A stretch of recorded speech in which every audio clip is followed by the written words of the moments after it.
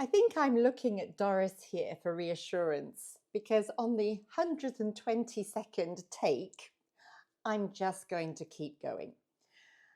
I have been over on Instagram offering help in the context of chronic pain and movement inefficiencies for a while now, hopefully offering some form of help there, but with the limitation of Instagram attentiveness. So the stats tell me I've got on average about 25 seconds of attention. And I push the boundaries a little bit with a 60-second reel. But it's really hard to get across a message that's going to be of any help in less than 60 seconds if I'm going to explain perhaps why it might help or why somebody might try it. So Instagram is great for quick fire, no background, no explanations really, just have a little bit of fun and try and be helpful simultaneously. It's also great for dogs and cats, isn't it? But I do try and help as much as I can there because I know you might be there. You might have read my book. I tried to be helpful in my book. And it's 105,000 words and it weighs a kilo. And whilst it has lots of videos in it, you can point your phone at the videos and join along on what comes up on your device screen. It still doesn't necessarily answer direct questions. You have to sleuth around a little bit.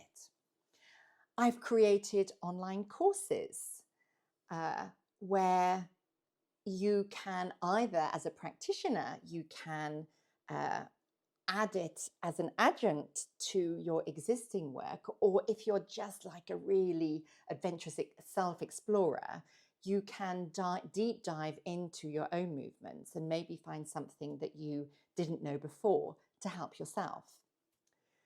The modality that I haven't yet used in a way that makes me feel as if I've tried everything to get the message across, because I have got a message and I am on a mission to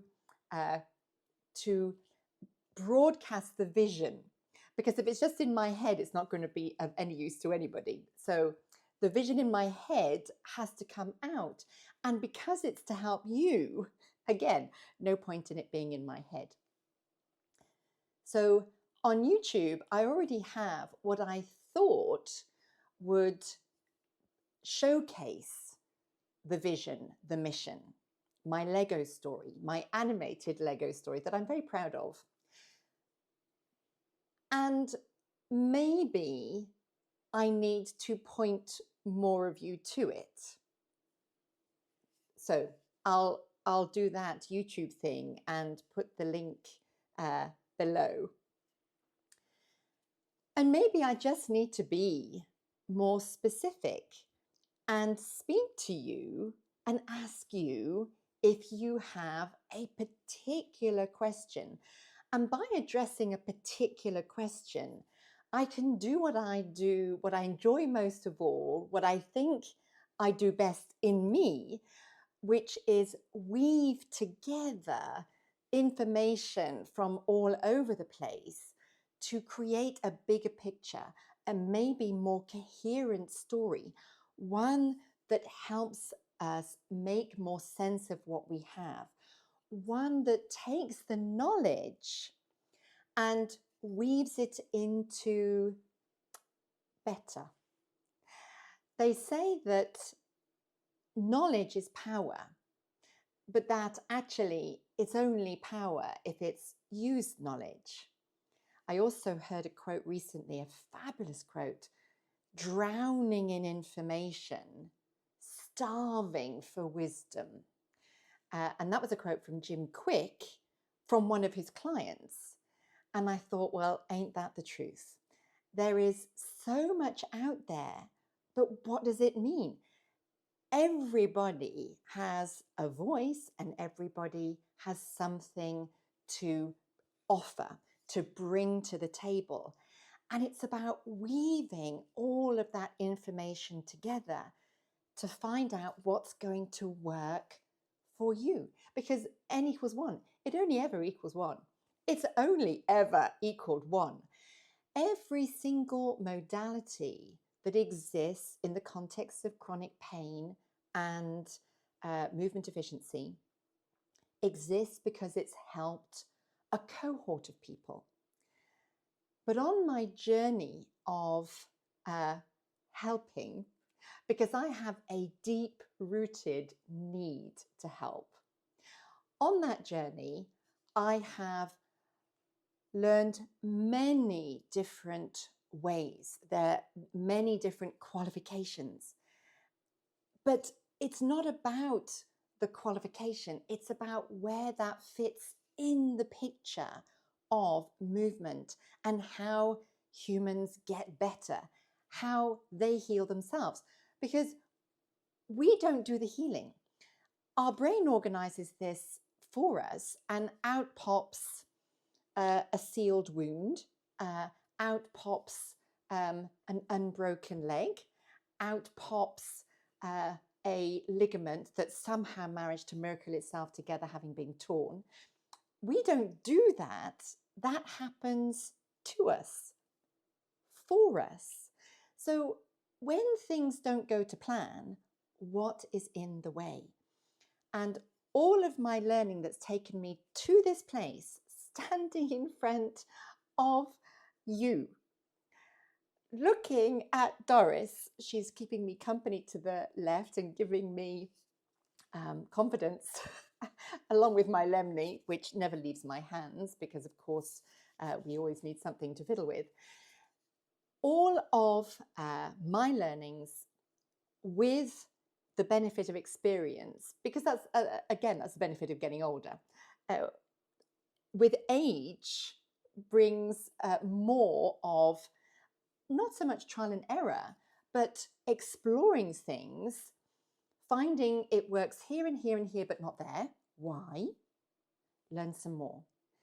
And then new things working here and there, but not over there. Why? Learn more. Everything has led me to here, having asked more and more questions to understand more and better to be able to help you more efficiently. My highest values are helpfulness, a questioning mind, because it can't possibly be because somebody says so. That doesn't work, especially if you're from Yorkshire. Push the boundaries, but without being too annoying, and be efficient.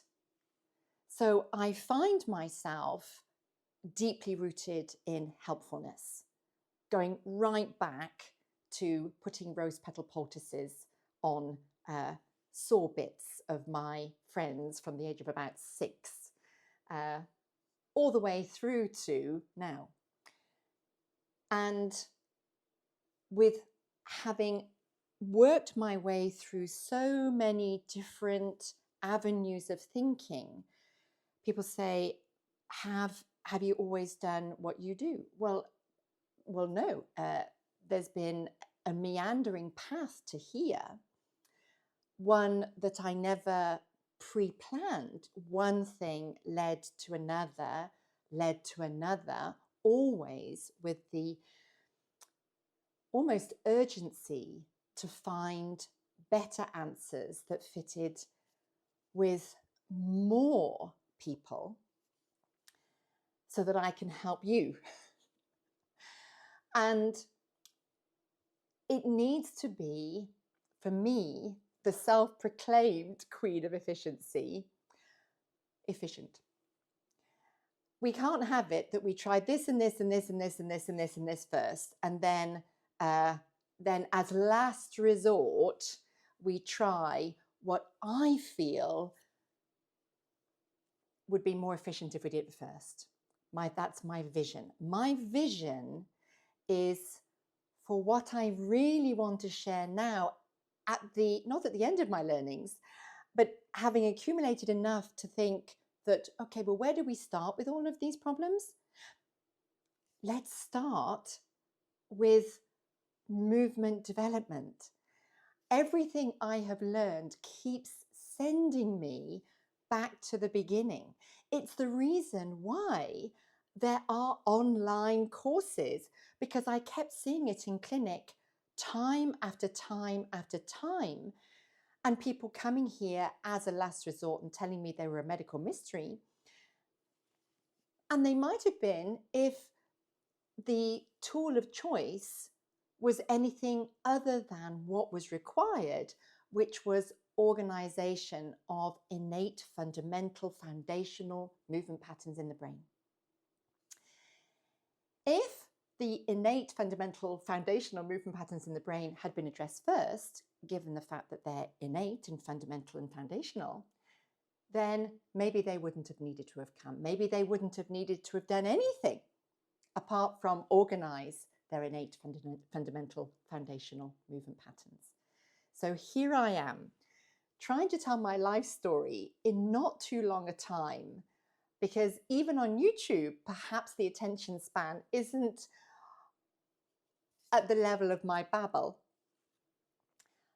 But there's plenty more where this came from that can be specific. So all I wanted to do was open the door to you to ask you, would you like me to help you?